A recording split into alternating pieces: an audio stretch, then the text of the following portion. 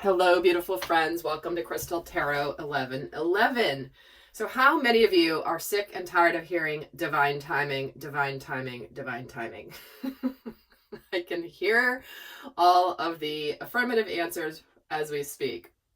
But that's what I'm going to talk about today, is understanding a little bit more in depth about divine timing, what we're meant to understand about it, why this can be such a frustrating thing to understand, because it's one of the bigger challenges on a soul growth journey, is understanding the co-creative process with the divine and how much control we have over it versus how much we don't have any control. And so I'm just gonna channel some messages. I will be using the tarot because I always love to use the cards as I go. But I'm gonna start off by just part of the. Before I get started, welcome guys to my new channel. I appreciate each and every one of you, and I'm so excited that some of you guys have just been finding my new channel. It's fascinating how, even though I announced it a few different times over on my previous channel, how many of you guys weren't seeing my stuff. So I'm really glad that you have found me and that we're here. I'm going to keep the other channel open, because there's so many videos on that, and I know many of you guys have saved playlists of my videos over there, so I'm certainly leaving that channel open, alive, present on YouTube, but I'm going to be dedicating more of my energy obviously over to this new channel. So I would appreciate if you guys find my videos valuable, liking, sharing, subscribing, hitting the notifications bell. That way you will be notified anytime I post a video, and it will help other people find these videos as well. So I think part of the challenge with the concept of divine timing is just, it's like we're living in a very immediate gratification society. I mean, never in the history of humanity have so many things just been at our fingertips and at our disposal, and when we want it, it's there. We live in an on-demand society. I mean, remember back when we were kids, we had to sit through commercials, and if we missed the show, we missed the show. We couldn't just watch it whenever we felt. There was no such thing as binge watching anything, unless you got a whole bunch of movies and stuck them in the VCR. But it's part of, I think, what makes this topic a little bit more challenging, because we are so conditioned to have things instant gratification. So, compare it to 50 years ago. It was not as difficult, in my personal opinion. But I'm going to start by taking a look at the difference in what we get from our intuition, and then versus what we're seeing in the 3D. That's really where the tension lies, is it not? It's like we know things, we feel them, we experience them, maybe in dream state, in meditations. We see things very clearly. And it's when we're waiting for the manifestation to arrive where it feels like it's right there. It feels like it's about to manifest.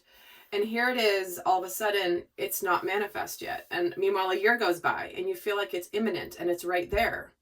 And in the 3D, there's not necessarily any evidence of it, but you keep seeing it in the higher dimensions. That's why with, for example, videos like this, or videos that I channel for the collective, people can sometimes be like, I thought, you said that a year ago, and why hasn't it manifest yet? Well, there's a reason it came through a year ago, because you're meant to connect to that frequency and that vibration and to that resonance. If I was to say, you know what, because again, it's a general reading, everyone's going to have different timelines. But if Spirit was basically going to tell you, you know what, it's going to be 2 years until you're the happiest you've ever been in your entire existence. But it's going to take you 2 years to get there. Many of you would, if you're honest with yourselves, probably go, oh, I want it now. Forget it. That's too hard. I don't want to be in this energy for too long. And I think that really sums up the challenge with understanding serendipity, synchronicity, divine timing. So I'm just going to start off by taking a look at what is it that we're getting in higher dimensions versus what we get in the 3D. So when we're talking about divine timing and manifestation, let's look at what we're looking at in the higher dimensions. So we have the Six of Cups, the Ten of Pentacles, the Strength card, and the Four of Wands. See, here it is. We are often, especially here on this channel where I do focus a lot on love readings, but it's like we want to be happy. We want that energy of unconditional love. We want reciprocity. We want success with this Ten of Pentacles. And we're being told to be strong. We're being told to be courageous. We know this isn't an easy journey, but we are sitting here waiting for this manifestation. This is the Four of Wands. And she's sitting here looking at it going, where's my manifestation? Where's my celebration? I keep getting told, especially for many of you that are on, a relationship or sacred union journey here.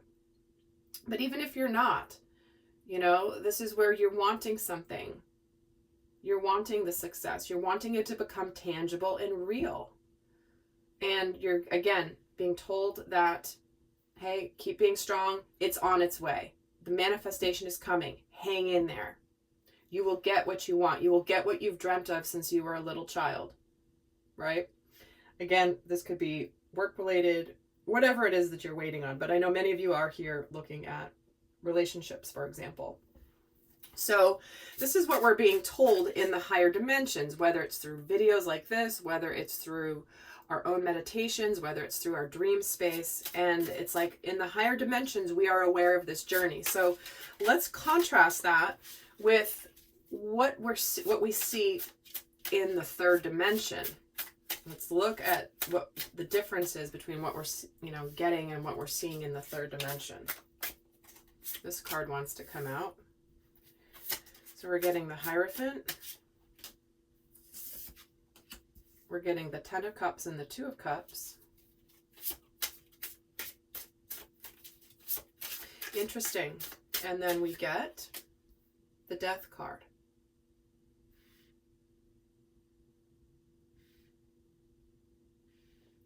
So again, I'm trying to make this somewhat general, but there is a lot of love messages coming through. So just bear with me if that's not why you're watching this. But it's coming through very strongly here with Six of Cups, Ten of Cups, Two of Cups. And the Hierophant. We're talking about a higher level of spiritual love. But what we see in the 3D is often gut-wrenching. We have an exposure to somebody that we feel the sense of happiness with. We see them as a soulmate, but then there's an ending. And it brings about the dark night of the soul. And what happens is that I'm getting drawn here very strongly to the fact there's a lot of cups on the table, because this is a journey of the heart, of living open-heartedly, right? Living from an open, from Christ consciousness with an open heart. And this Death card, she's screaming on top of this raven, like she's in agony here. And I think what happens is that we, in the 3D, we're often questioning our spiritual path. Like, why would you put this in front of me and then not have it manifest? Not have it come to fruition? Why, Spirit, would you show me this beautiful thing that I know is part of my destined path that you keep telling me to be strong about, and that the manifestation is coming? But then you put me through this. Why do you put me through this ringer? Why? Why did you have to show me that if I'm not going to have it? Why?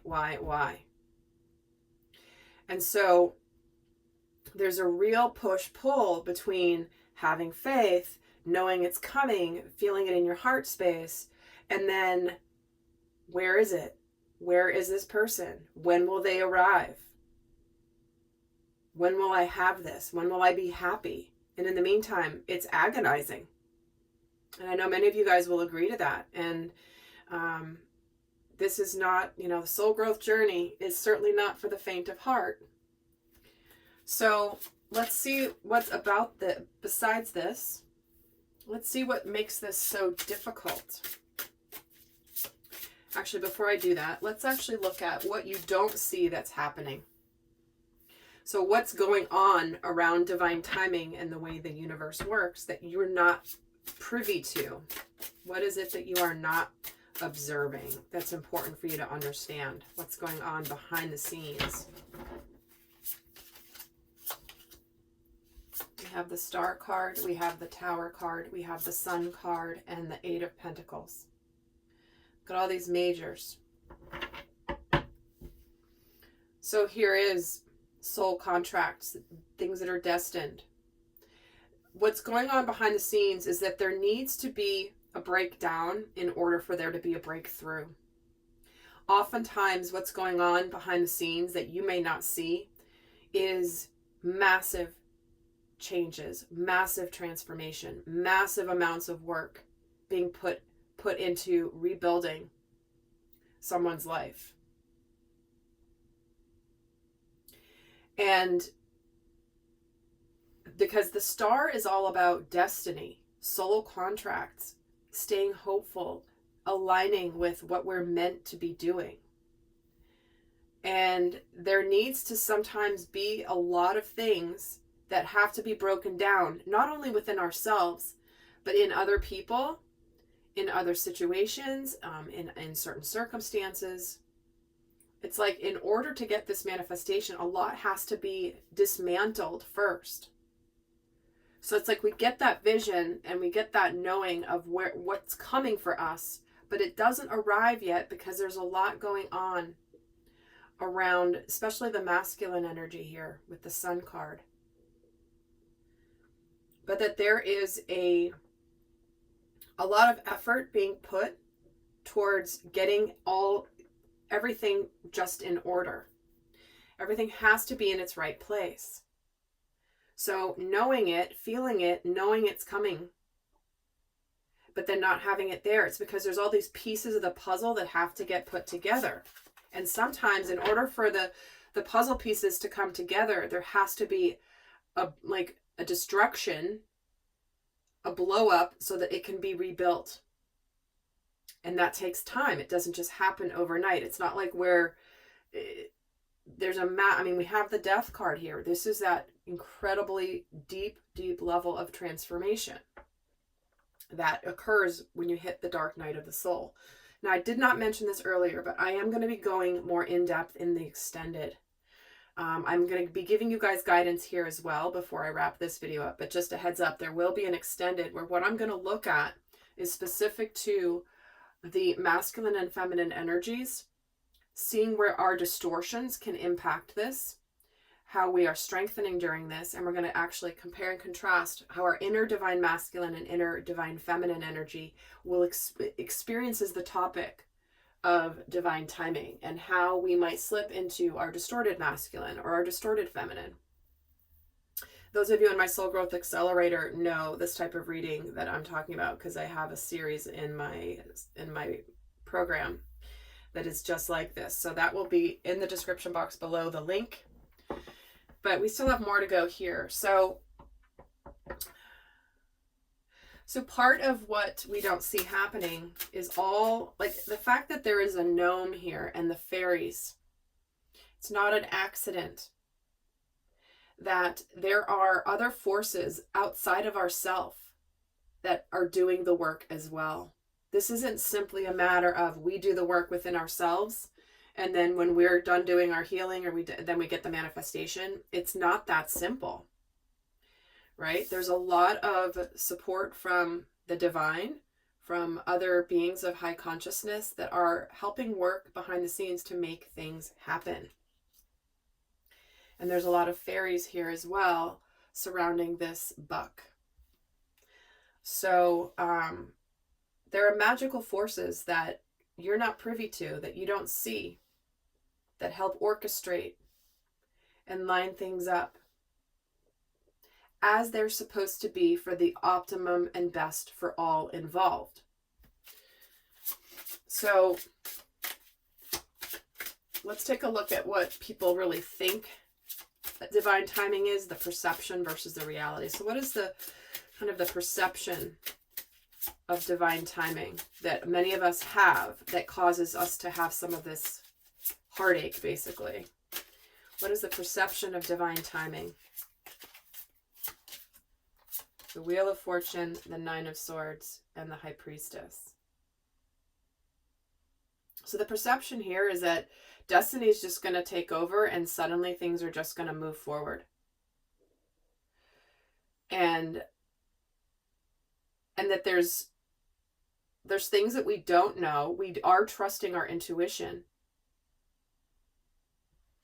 But it's like we're sitting here stressing out. Maybe not necessarily stressing out. I'm going to get another card on that. But it's like we're hoping that divine timing will take away our stress, take away our anxiety. It's like, please, divine timing, happen. Just please happen, because I can't take it any longer. I'm ready for things to turn in my favor. Please come and relieve me of my misery. Relieve me of my stress. Because this unknown and staying, like feeling it and knowing it, but not seeing it and not having it revealed to me is just way too painful. So the perception around divine timing is it's going to be the savior, right? And that's what we experience is like, please come put me out of my misery and finally let things happen. Because I feel it. I know it's on its way. I know the manifestation is coming. I'm waiting. But please just let me be. So let's actually look more then now at the versus the perception. Let's look at the reality of what divine timing, what is the reality of this process? The Four of Pentacles, the Four of Cups, and the Three of Wands.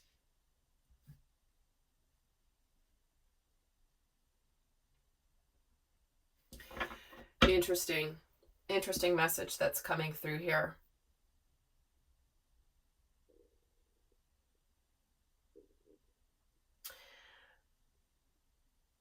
The reality here is that it's about us no longer looking for what we can't, like what's right in front of us. Because this is the message coming through with this Four of Pentacles. This guy cannot see this beautiful field of flowers that is so abundant and it's right in front of his face, but he cannot see it. And so what Spirit is saying here is that with divine timing, the reason that you are connecting to the manifestation is because in the higher dimensions, it has manifested. But you just can't see it yet. And the reality is that the beauty is right there. And when it comes to divine timing, human timing is very different from divine timing. Our perception of timing is it might seem like forever in the earthly plane. But when it comes to the higher dimensions, it happens in an instant. It's just when we are here in the third dimension at a lower frequency that it makes it feel like it's far away, but it is right there. And with this Four of Cups, it's like this person's holding this cup. The cup's not behind him like it typically is in a Four of Cups card where it's like the opportunity is being presented, but it's not in his hands. It's not an accident I chose to use this deck today. I'm always just drawn to whatever and I trust that it comes through, but look at what's happening here. This person is holding the cup, the opportunity, the love, the very thing that is going to make them happy. They have it in their hands, but his eyes are closed. And so he's not seeing that he already has it. And again, there's fairies around him here that are participating in this process, that are bringing him this cup. And when it is the right time for him to see that he's holding this cup, because he's feeling the cup, right? He's feeling it with his hands. He has it there, but he's not seeing it because he hasn't opened his eyes yet. But when it is the right time, the fairies will have him open his eyes and see that he's had this cup in his hands all along. And with this Three of Wands, it's on its way. This is that waiting, and this is that waiting. However, what's important for people to understand about the actual manifestation in divine timing is that there are a lot of forces that are playing out to make it happen at the right time. At exactly the right time, this guy's going to have his blindfold removed and he's going to see it's right there. He can feel it. He can smell the flowers even. So I think what they're really emphasizing here for all of you is that if you are feeling like it's right there, you're not mistaken. But it is the hard part of the journey, right? Is to feel like it's right there, it's right there. Why the hell isn't it here yet? Okay? And I know many of you guys are writing in that you thought it was right around the corner 2 years ago, and here you are, and now it's finally transpiring. But you thought it was going to happen 2 years ago, or 3 years ago, or 5 years ago. And so they're saying if this is part of what makes this so, in fact, we're going to look here, what makes this so difficult? What makes this such a difficult part of the understanding? I mean, again, we're getting it already here, but I'm just going to ask if they want to add anything to that.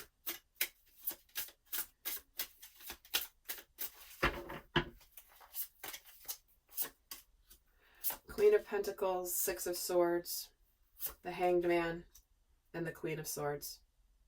Well, what makes this so difficult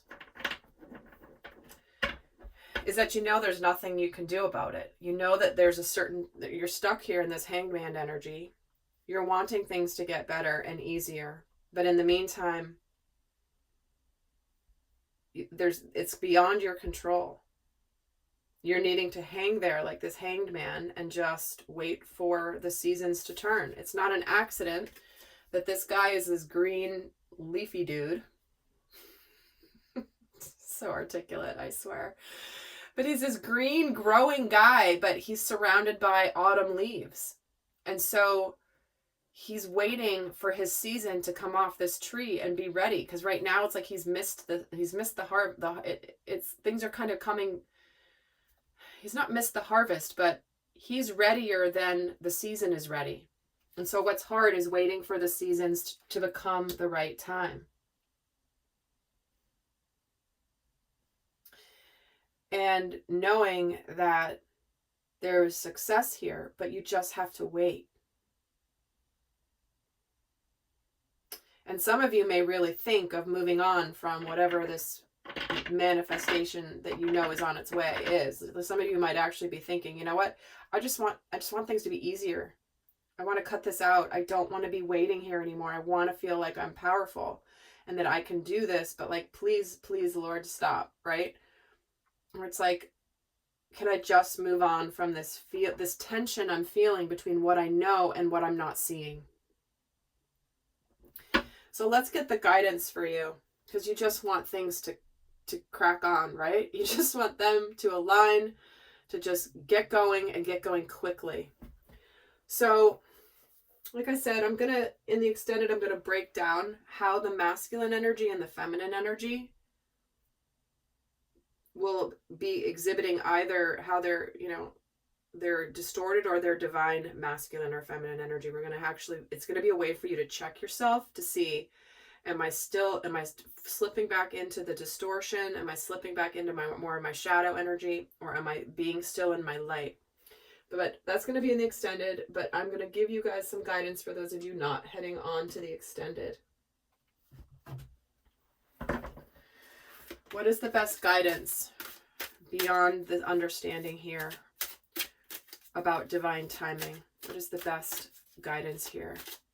What's important to do in this scenario? What is important to do? Interesting. Past lives. Some of this is where there's a lot of past life karma that needs to be released between you or between every other person involved in whatever situation you're talking about. So that's important to understand, that this oftentimes has a past life connection. And the other thing to do is believe in miracles. Know that magic surrounds you. I mean, look at all these fairies. There are 2 different decks, and we're getting the fairies everywhere. So remember that it's time to make a wish and believe in miracles. Keep believing in miracles and keep trusting. Have faith that you will have faith, move forward, and believe that you will fly. So staying there. Let's see what not to do. What is a don't here? What is important to not do when it comes to divine timing? We have your friendship.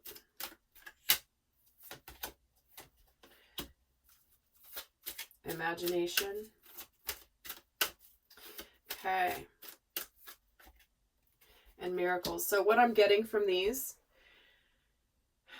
it's important to give yourself permission. It's like, so don't give up on your imagination and your beliefs. Don't give up on your faith that miracles are going to happen.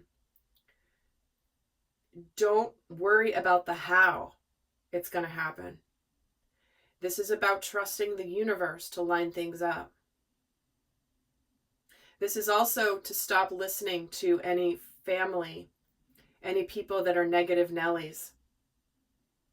So if you've got people around you that have been hearing about whatever for a long time, and they think you're nuts because you're trusting in what you're getting in your heart, limit your exposure to them. So don't hang around the people that don't believe in what you believe, that don't have a similar life philosophy. But don't give up on your dreams. It's like, don't hold back envisioning your future, because there's a temptation here is it's just too painful to see it more and more, because I don't know if it's really going to happen. So don't forget to do what got you here, which is have faith, believe in this reality, envision it, feel it, have faith that it's going to happen, let go of how it's going to happen, but do not stop dreaming. Do not stop connecting to that new reality that you are envisioning for your future. All right, lovely friends. Well, I hope that this has been helpful. There's a lot of energy coming through right now. And so I hope that has been supportive for you. And I will see some of you over in the extended. That link is down below. And until next time, I send you much love. Bye.